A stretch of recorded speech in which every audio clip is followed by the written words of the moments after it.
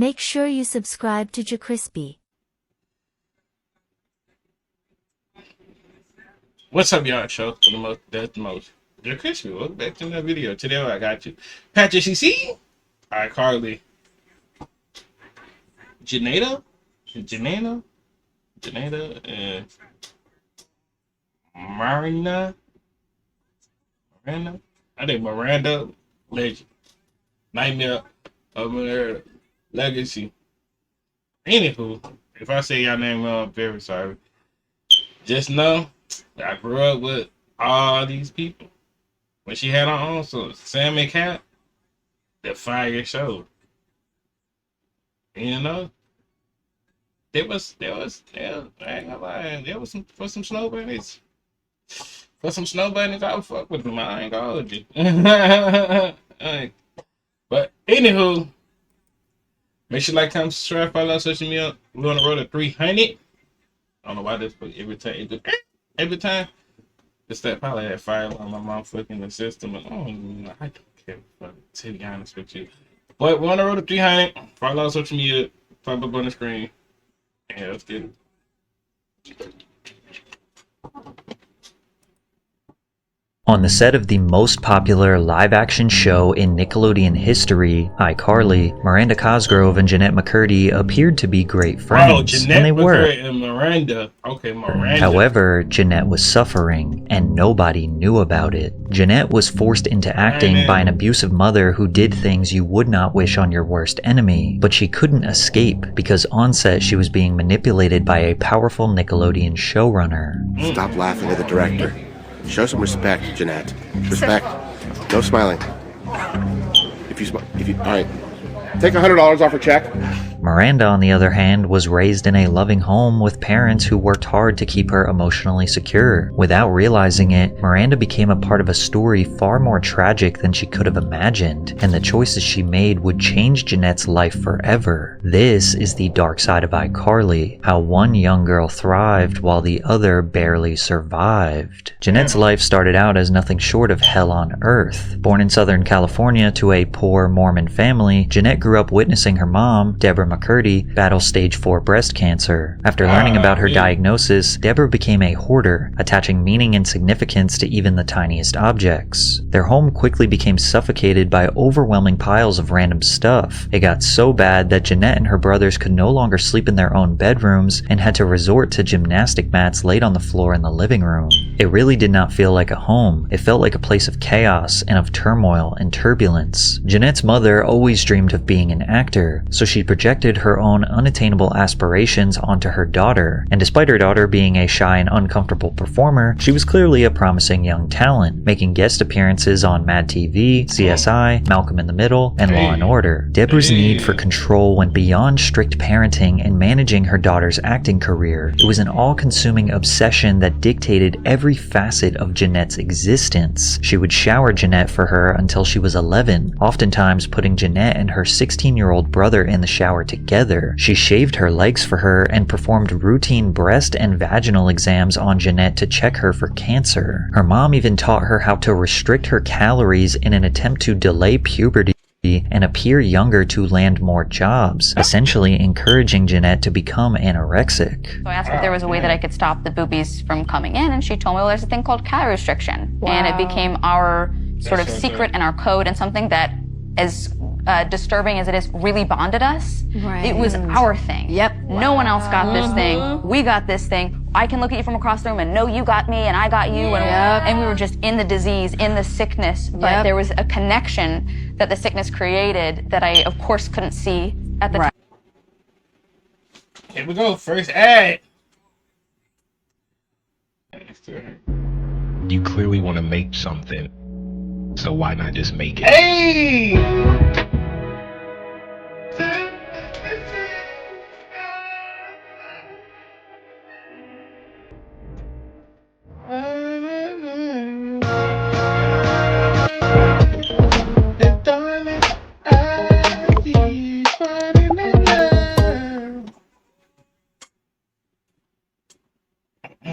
at the time. Her favorite foods soon became sugar-free popsicles, applesauce, and unsweetened iced tea, and her dinners often consisted of iceberg lettuce with dressing spray and ripped up pieces of low-calorie bologna. This also made for a confusing dynamic, as Jennette's character on iCarly was obsessed with food, constantly indulging in binge eating, which to her almost felt like a mockery of her real life. But again, nobody knew what Jennette's mother was doing to her. Not only was she a malnourished child, but she also dealt with the same stresses of adult actors on set. It's a good question. I remember I would cry on several occasions when it just felt like it really got to be too much, and I'd tell my mom, I don't want to do this anymore, but she would either say like, Net, you don't mean that, or she'd say, well, we need this. So there were kind of two different arguments that she would hit me back with, and then I'd feel guilty. And, would keep doing it. Which is why when she landed the role of Sam Puckett on iCarly at age 14, she thought it would be a breakthrough moment. Everything's going to be better. Mom will finally be happy. Her dream has come true. Unfortunately, iCarly was not going to be the saving grace that Jennette had hoped for. Damn. But the one bright spot was the close friendship she formed with her co-star, Miranda Cosgrove. Hey. Unlike Jennette, Miranda's parents never intended to force their child into the entertainment industry. An agent discovered Cosgrove at a Los Angeles food festival with her parents. Her mother, Chris, inspected the business card but remained hesitant to put her child in front of the camera. So they started off slow, first getting her appearances in Burger King commercials and then occasionally auditioning for theater and television roles. However, Miranda's life drastically changed after securing her film debut in the comedy School of Rock. The film stars Jack Black as Dewey Finn, a down-on-his-luck musician who poses as a substitute teacher at a prestigious prep school. He then discovers his students are musically talented and secretly turns them into a rock band to compete in the Battle of the Bands. Cosgrove plays the role of Summer Hathaway, the hilariously uptight and naive band manager.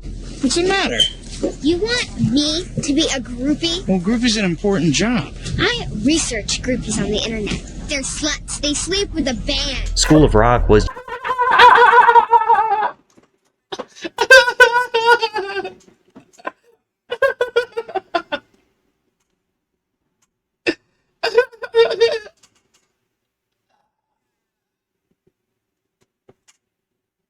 They really had to say that? Hold up. Wait a minute. Hold up. They really had shit saying that shit. What the fuck? unanimously loved by fans and critics, grossing over $131 million at the worldwide box office. Miranda performed the role of a bossy yet charmingly smug child so well that it made her the obvious choice for the role of Megan Parker in the legendary Nickelodeon teen sitcom Drake and Josh. But Miranda didn't even understand how massive this opportunity was. When I really understood I was acting, since I did it from the time I was so little, I never thought of it as a job, and I didn't realize that everybody didn't do it. Miranda was so innocent, not even knowing she was working, compared to Jennette, who became painfully aware of her reality as her mother taught her how to starve herself to secure more acting roles to pay the bills. It's shocking to learn of Miranda's innocence, considering her character on Drake and Josh was borderline evil. Drake and Josh aired on Nickelodeon from 2004 to 2007 and follows two teenage boys who become stepbrothers after their parents get married. The two boys could not be more opposite. However, they would bond in fear of their cunning and mischievous little sister, Megan. Megan takes great pleasure in tormenting her older brothers. What makes you think that I would have the baby? Because you're a devious, twisted little girl. Why, thank you, Drake. While she appears sweet and innocent to adults, she is secretly always plotting elaborate schemes to outsmart Drake and Josh. No way! You just hustled me. No, I didn't. I just pretended to be bad so that you'd bet me, and then I stopped being bad and I took your money. That's hustling. There's a word for it? Cool. Miranda's devious charm helped solidify Drake and Josh as the most beloved and influential live-action sitcom on Nickelodeon at the time, drawing in millions of viewers per episode, peaking at 5.8 million viewers for its highest-rated special. Miranda's parents were wary of the impact that fame could have on their daughter, so they did everything they could to maintain a normal lifestyle, such as choosing to still live in the house where Miranda was born, and her father continuing to work every day at his dry cleaning business. Her parents also tried to keep keep Miranda in public school. In elementary school, I just remember thinking, wow, I'm popular. All of a sudden, I don't think I was thinking about it too much. And I remember like the kid that I had a crush on who didn't know I existed all of a sudden talked to me. Like I think I just thought things were coming up roses. However, by the time she reached 6th grade, her acting schedule clashed with her education, and Miranda needed to make a huge decision. It took a lot for my mom to give in. I remember her asking, "Are you sure you want to do this? Are you sure you want to stay in acting?" And also noticed that 10 and 11-year-old Miranda Cosgrove actually had a choice, something that most other child actors don't have. She ultimately chose to pursue acting and leave a normal life behind. Miranda immediately transitioned to private schooling on set with Drake and Josh. I remember when I was doing schooling at first. Out of all the streets you gonna pass, but why you gonna pass down my street, bro? I just don't get that every single time. It's every single time they come pass down my street with them loud ass shit. Blowing my shit. First, you guys were with me, and then within 6 months, you both were no longer. I don't remember if it was because you graduated or if it was because. No. God, I kept saying to my mom, "Where did Drake and Josh go?" Kevin, the teacher, you remember Kevin? Oh, Kevin Mall, I remember him, yes. Kevin Mall. He used to make me raise my hand. I was the only one when you guys left in the classroom. They made you raise your hand and you were the only one in the classroom? Yes, he said he was preparing me if I ever had to go back to regular school. Most child actors in Miranda's position, like Jennette, feel extremely isolated, missing out on normal childhood experiences while they spend long hours on set under the intense pressure to perform. Their social circles are typically limited to co-stars, adults, and industry professionals, which never gives them a break from essentially this made-up fantasy world they live in. But Miranda's parents made key decisions that set her on a much different path than Jennette. The California Labor Code, Section 1308.5, requires that a parent or legal guardian be present at all times when a minor is working in the entertainment industry. Since Miranda's mom was always I always wanted to know why I am the way I am. My curiosity led me to Ancestry. It was amazing to see all the traits that I've got.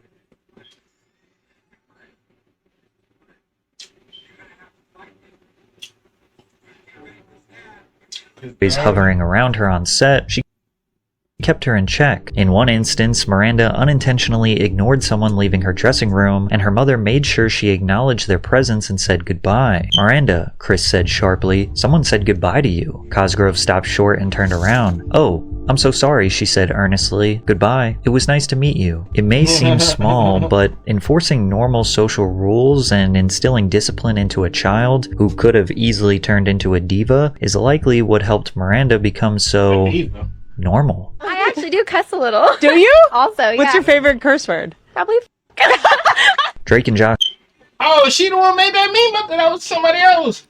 ended when Miranda was just 14 years old. With plenty of years ahead of her and obvious star power as a child actor, Nickelodeon had no choice but to build a new show around Miranda. That show would bring together two young girls who were living drastically different lives behind the scenes. Dan Schneider, who was the head producer, writer, and creator at Nickelodeon, originally planned to create a show where Miranda plays a normal girl who gets cast to star in her favorite TV show called Starstruck. However, he would ultimately scrap the idea and begin the development for iCarly, a show about a group of teenagers running their own online web show, long before YouTubers and social media influencers became household names. We're gonna make spaghetti tacos!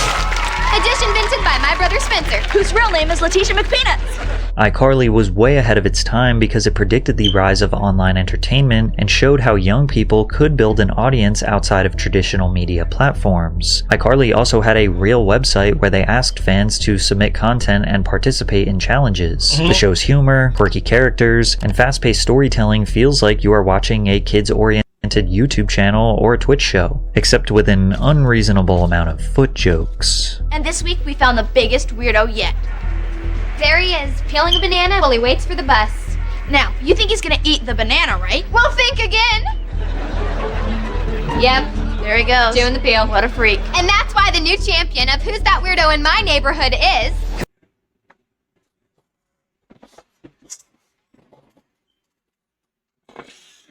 Oh, this shit. Oh. Boy, that made my stomach hurt. Let me get up. Crazy Fruit Dude! Miranda portrayed a character that was similar to her real-life personality, sweet, wholesome, and silly. Jennette's character, Sam, almost hit a little too close to home. Sam Puckett was known for her tough, no-nonsense attitude, sarcastic humor, and rebellious spirit. I got kicked out of the cafeteria for slapping Gibby with a piece of pizza. Why did you slap Gibby with a piece of pizza? I found it on the floor. I wasn't gonna eat it. However, the writers included a darker side to Sam, making her one of the most complex characters on the show. She can definitely be seen as problematic and borderline toxic at times, frequently resorting to physical violence, which could make her seem like a straight-up bully. I don't see a car. All I hear is a lot of prattle, and She can also be manipulative, pressuring Carly into decisions that could get her friend in trouble. But looking beneath that layer, you can also see Sam as a victim of self-destructive behavior, especially considering her on-screen relationship with her mom, which again, I should remind you that nobody knew her struggles with her real mother. Her iCarly mom, Pam, was irresponsible and often absent. Sam was constantly locked out of her house, finding her own food, and was clearly lacking guidance, which may have forced Sam to develop a tough exterior. Mom? I know who I am. I love you. Mother. Well, what, you think I don't love you?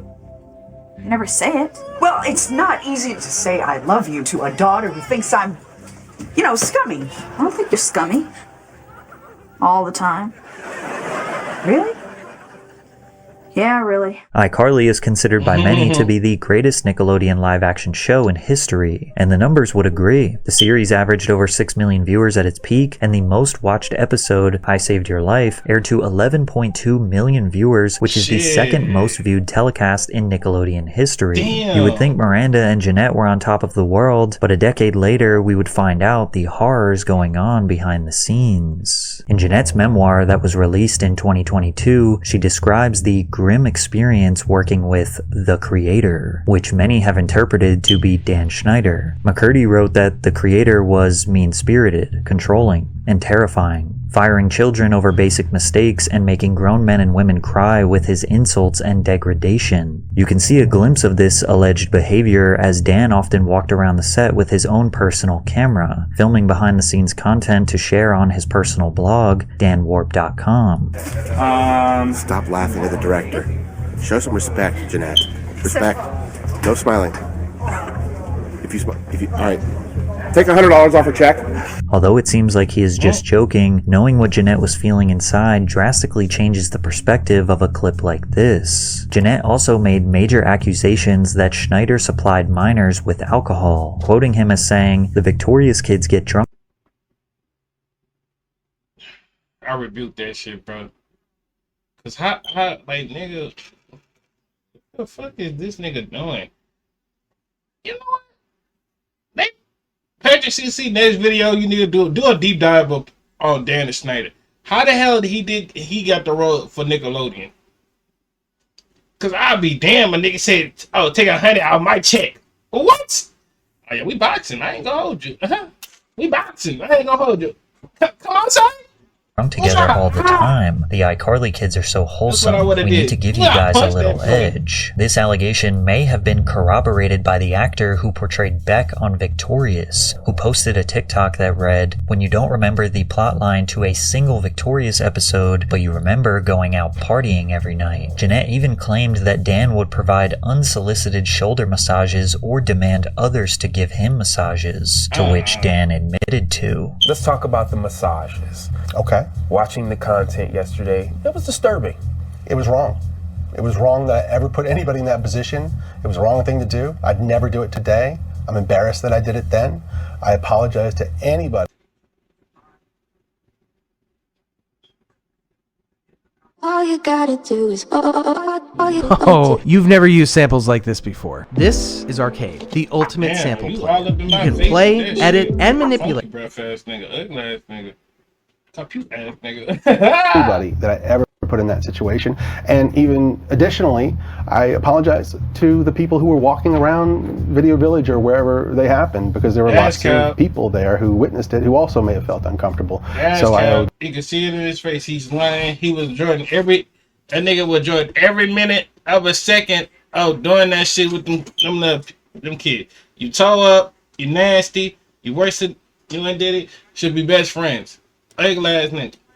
Them an apology as well. Looking back on some of the behind-the-scenes content with new context, many perceive Dan to be too handsy and touchy. Look at how Miranda steps away from Dan and he proceeds to make his way around her back and hugs her from behind as she seemingly freezes up. However, still to this day, Miranda has never spoken out against Dan Schneider, so we don't know if she truly had any traumatic experiences working under him. However, we do know that iCarly was the foundation of Miranda and Jennette's friendship, even though Jennette's mother tried everything she could to prevent it. Jennette writes, on set, Miranda said cuss words like shit and ass, and she took the Lord's name in vain at least 50 times a day. Mom warned me not to get too close to Miranda because she doesn't believe in God. Jennette explained how her mother skewed her view of female friendships since she would cast them in a negative light. My mom was always saying, men will never really know you and they'll hurt you, but women will know you deeply and then they'll hurt you. You tell me which is worse. As a result, Wait. That's not you all the time. That's not you all the time, bro. Like, other niggas know about some females too. Right now. Females don't be knowing half of the time. Shoot. It's 50-50.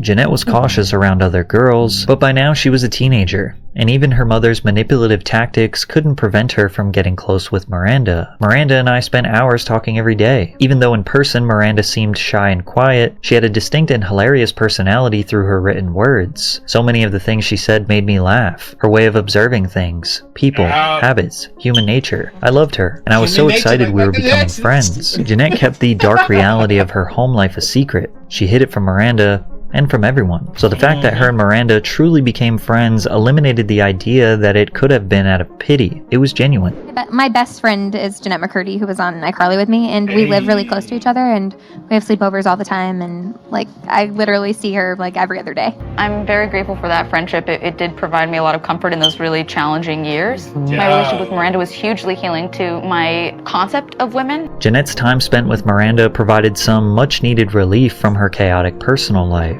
Sadly, it was only temporary, as their journeys were about to go in very different directions after the end of iCarly. The atmosphere literally couldn't be better. It's like one huge family. We all get along great. I can't think of any group of people that I'd rather get to see every day. And even though I'll see them all the time, knowing that I won't see everybody every day anymore is awful. At the height of her fame, Miranda earned $180,000 per episode of iCarly.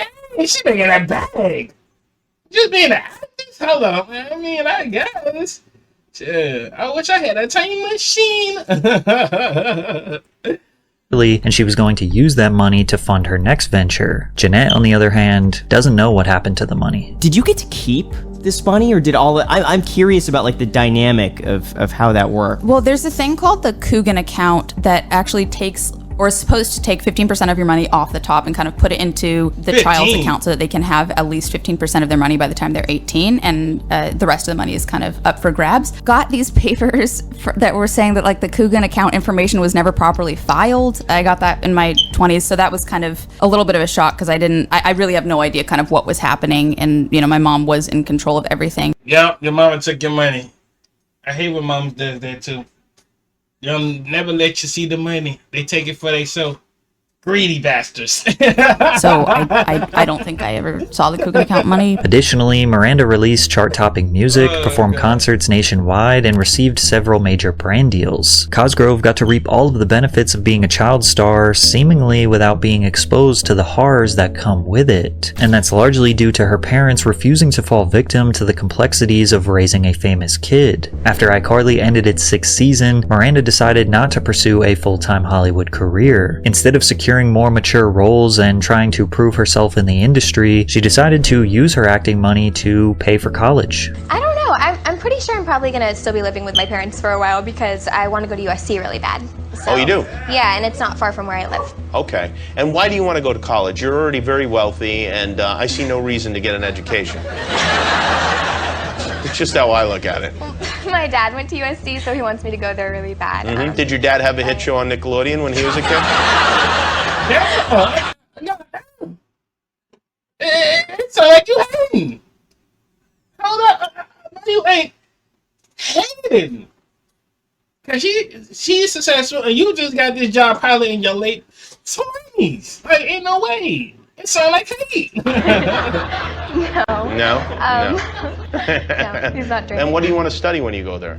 I'm not sure. I was thinking film. That's what I'm really all interested right. in. Yeah. Okay. Well, it all fits in the whole Yeah, deal. they have a good film department too. Miranda did end up attending the University of Southern California, where she switched majors several times before landing on psychology. She even admitted that her fame helped her make new friends on campus, but her fame also made her a target, as she had multiple stalkers who got dangerously close to her. A crazy fan named Joshua Stockton allegedly started tracking Cosgrove's every move using clues from social media posts. According to TMZ, he reportedly went to her campus at USC to see her. He also sent Miranda gifts and later got upset because the packages returned unopened. He also tweeted a photo of his bandaged wrist with the caption, "Frankly, I'm tired of love, and my heart is ready to give out. Maybe I'll finish the job I started." She was granted a restraining order against the crazy fan, but then 1 year later, he violated it as he followed her on a trip to Disneyland. Joshua Stockton was given 3 years probation and will be required to complete a 1-year treatment program, including extensive psychiatric counseling. As if this— Oh yeah, he out. Nah, see, that was a black angle. You know, y'all know what I'm talking about. If it was this color, that nigga wanna be in that bitch for 10 years. Now he this color, you know what I'm trying to say. You know. This wasn't scary enough, Miranda had a close call with another stalker who nearly took her life. We saw some movie, and then afterwards it was raining, and it never hardly ever rains in LA. So I was kind of like, I don't want to go back to my place, even though my place is pretty close to Arclight. Anyway, I went to my parents' house, and then I got a call at like 3 a.m. that somebody had like died at my house, and it was the weirdest thing ever because they had like caution tape up, and it was right in my front yard. And basically, I guess a guy came, and he was like,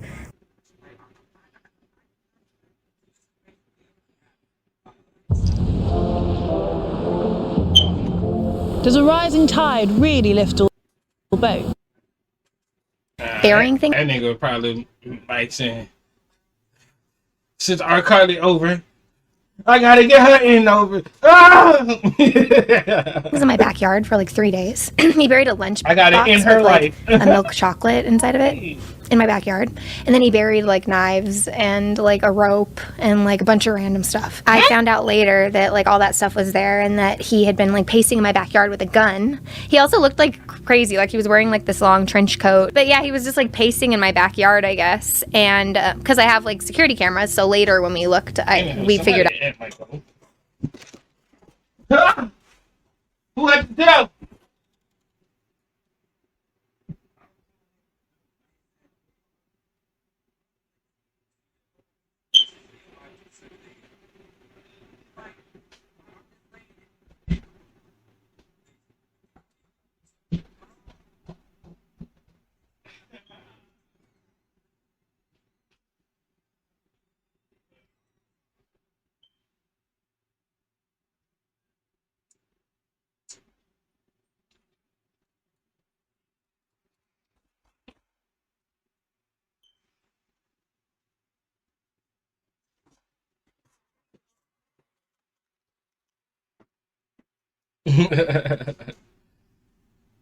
Out. He was back there for like 6 hours. Or 6 something. hours? And then somebody drove up that had a similar car, like that kind of looked like my car, and I guess he got confused and he thought that maybe it was me driving up. It's just like bad luck. And he like shot at this person like 6 times and he missed because she was in a car. She drove away. And then he set himself on fire and he shot himself simultaneously. And then later, Yo, I think that story, low key, that story is not adding up. Cause how she was just pulling in there, and he shot like 6 times. So that nigga can't shoot for shit. And how the fuck he set his own stuff up in fire? That's the story not adding up. No, that story is not adding up. It's not adding up. That story not adding up. so I got a call at like 3 or 4 in the morning. This happened probably at like 1 in the morning. I got a call at like 3 or 4 in the morning saying like, where are you? Like, can you come like to your house because someone like themselves there, and they were trying to just like put it all together, and they still haven't really put it all together, why it happened or like what the person was doing. And then it was crazy too, they found like his car like a few blocks away, and there was like blood and like hair in the trunk, and they were like, oh, he's probably a serial killer. But they never figured out exactly like the story. Although this experience would probably lead to lifelong trauma from others, Miranda was more upset that he prevented her from meeting new friends. But so a couple days before the incident with the guy that came to my house, I had never met the guy before, but he came to my house, and this was years ago too, and tried to kill me. So 2 days before that happened. What is so funny about that? What? It's so funny about me about to die. She get the like, bitch, I was about to die. Oh, ain't no way. I had the study group at my house. You know what, you were about to laugh and because the of whole that. time I was inside trying to get these girls to think I was cool and like me and want me to be in the group. This guy was actually in my backyard with a gun, pacing back and forth in my backyard the entire time. Oh my While all the girls were there? Yes, with me and all the girls studying. And me bringing food in and trying to win them over. Because later, when everything happened and the police came, they checked the security footage. And so 2 days before, he had already been there. While you were first trying to like have friends, there was a man with a gun in your backyard. And then the police had to call all of the girls because for a split second they didn't know who he was. So they were trying to figure out his identity. So they called all the girls thinking maybe it was one of their ex-boyfriends or somehow related to them. And like, all please of don't call my friends. Please don't call my friends. I was like, please just leave them out of this. They don't have to know. They don't have to be a part of this. I don't really know them anymore. They were. Well, how do you think? They're like, we went to our house once and we almost died. With the exception of the stalkers, Cosgrove regained a sense of normalcy in the real. You know, it's crazy. They really sit here laughing about that shit, but nah, that really shit really happened. Her ass wouldn't have been motherfucking scared. Then it pissed shitted on herself. After me, I'm just tripping. Real world, while McCurdy stayed trapped inside the Nickelodeon hellscape. Hey, Dan Schneider. I know you're watching my Vine. Do you like my Vine? Fine. Look what you've done to me. In August of 2012, Schneider took a fan favorite from iCarly, Sam Puckett, and a fan favorite from Victorious, Cat Valentine, and created a teen sitcom titled Sam and Cat. The pilot debuted on Nickelodeon A fire ass show. Still a fire ass show to watch to this day.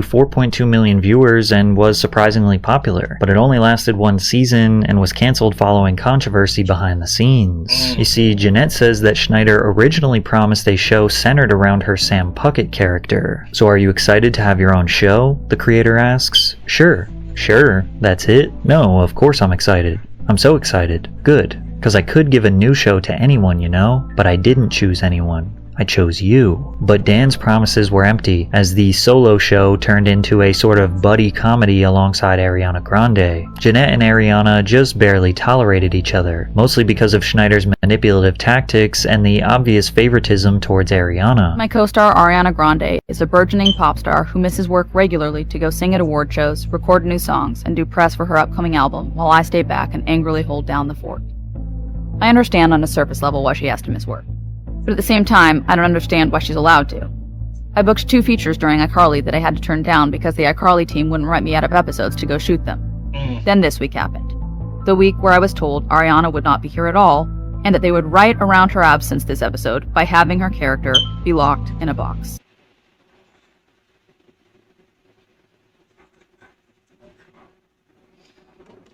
The door says finance, but the only thing I manage are receipts or reimbursements. SAP Concur uses AI.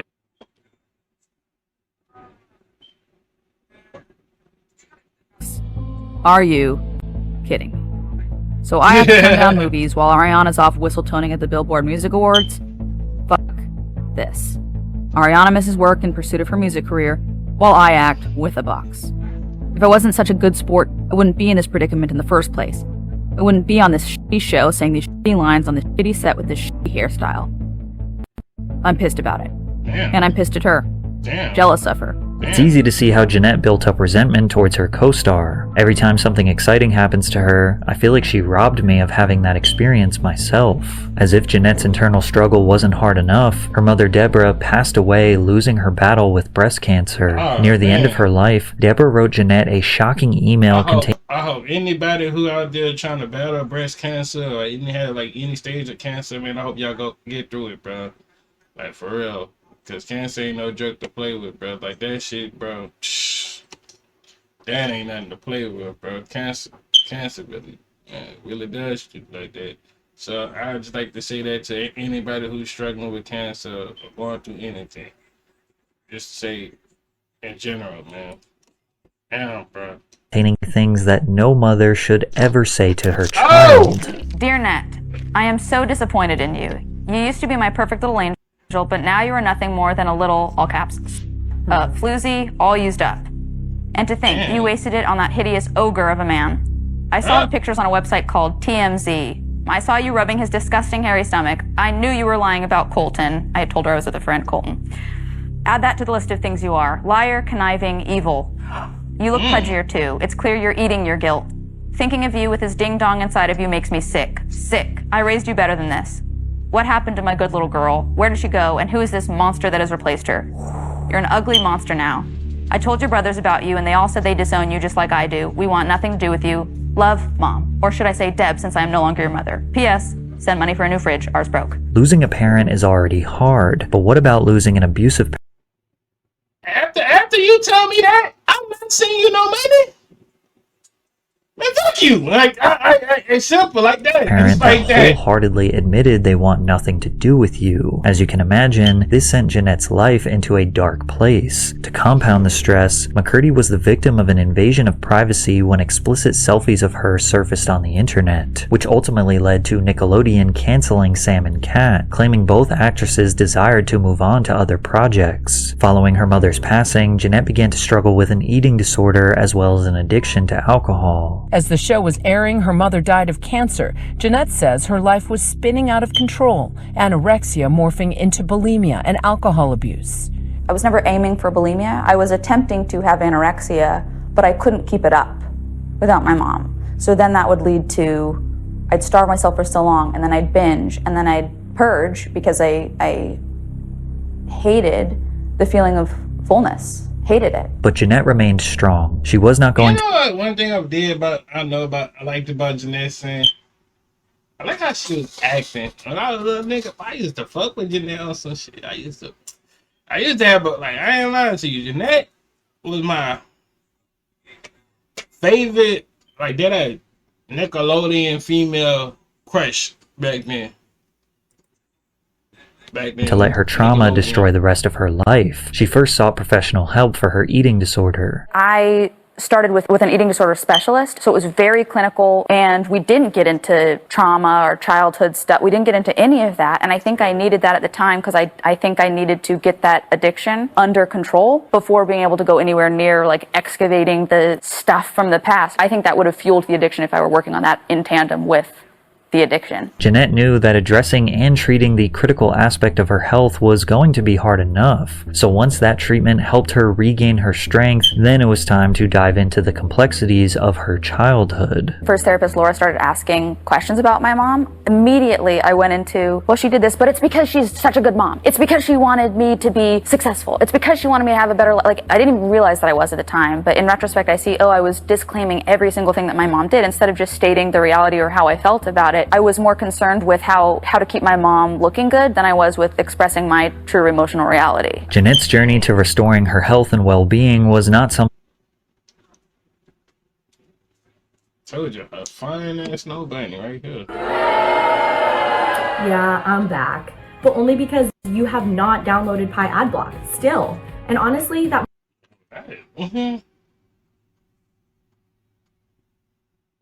something that a few therapy sessions would fix, and even after she has spent years working at it, it never truly goes away. Jennette decided to retire from acting in 2016. However, she did write and direct a few short films that are very much inspired by her childhood, but nobody truly knew the severity of her deep emotional hardships until she released her 2022 memoir, I'm Glad My Mom Died. The shocking title doesn't necessarily mean Jennette is